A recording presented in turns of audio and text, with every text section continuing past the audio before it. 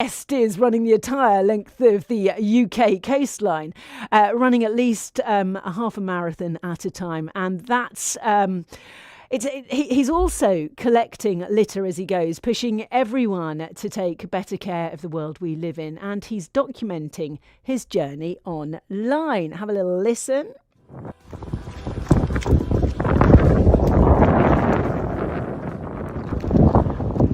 Wonderful run with the wind behind me.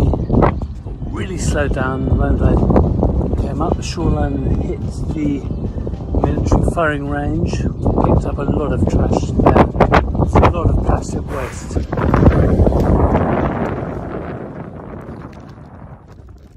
Goodness gracious me, that sounds rather blowy, doesn't it? Luke Douglas at home, aka the Coastline Runner, is with me right now. He's just started his Kent leg running from Folkestone to Hythe. I'm hoping, Luke, that it's not quite as windy today. That sounded like a right old battle. No, that was when I was up in Northumberland. No, it's quite windy today, but it's a beautiful day. And in fact, the wind is the one thing that I really mind running with or against, because rain's all right, cold's all right, heat's all right, but running against the wind is just so flipping boring. Oh, is it? I was going to say it would be sort of agitating, that it would sort of agitate all of my insides, but for you it's boring. Well, running against it, if it's behind you, then great, but that hasn't tells them, yeah. Whereabouts are you at the moment? Because you just started the Kent leg, haven't you? Yes, this morning in about an hour or so, I will be with the school pupils of St Ainsworth by Folkestone.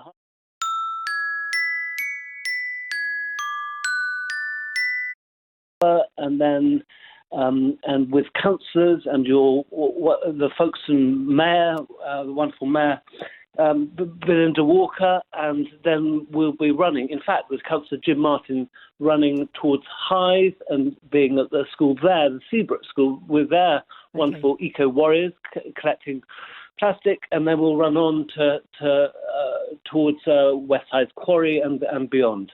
Well, I mean, much of the point of this is all of the point of this is to kind of highlight the situation of plastics on our coastlines, you know, on the tip of moving into our beautiful seas and oceans.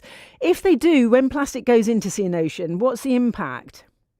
Well, the impact is not is not just on us when we see it on the beach, etc. But the impact with our animals and sea life is just extraordinarily harmful. And I could give you harass you with some awful data, but the effect is, let's say, on seabirds.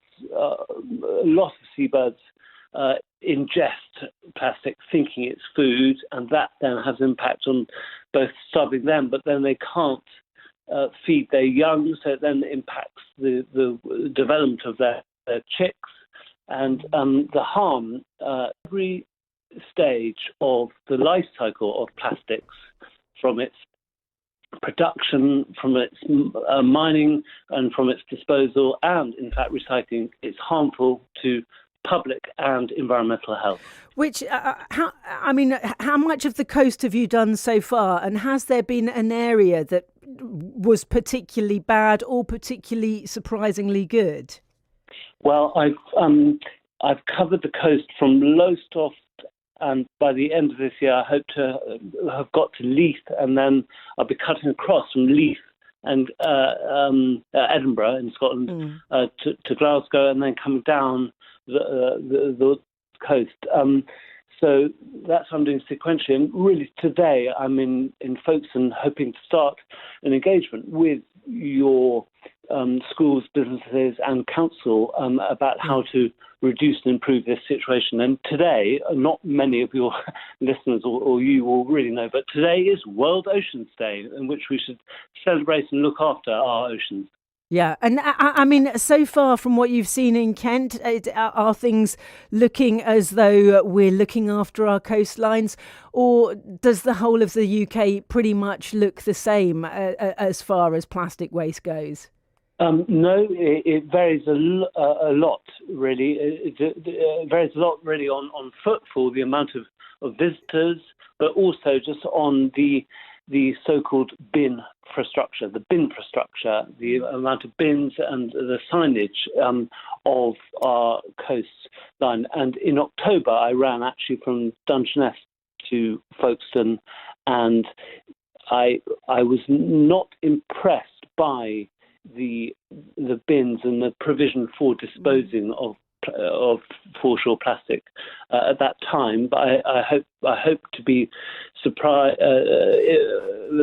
well surprised and informed by the councillors of the improvements that they're making.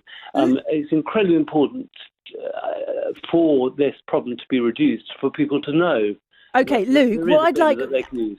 If it's possible, once you've seen that area, can you give us a bell back and let us know whether there has been improvements or not? Because that would be wonderful. As you say, it is so important to have an excellent bin infrastructure, which is then collected on a regular basis so that it's not overflowing. So if you notice an improvement, or if you haven't noticed an improvement, we would like to know either way.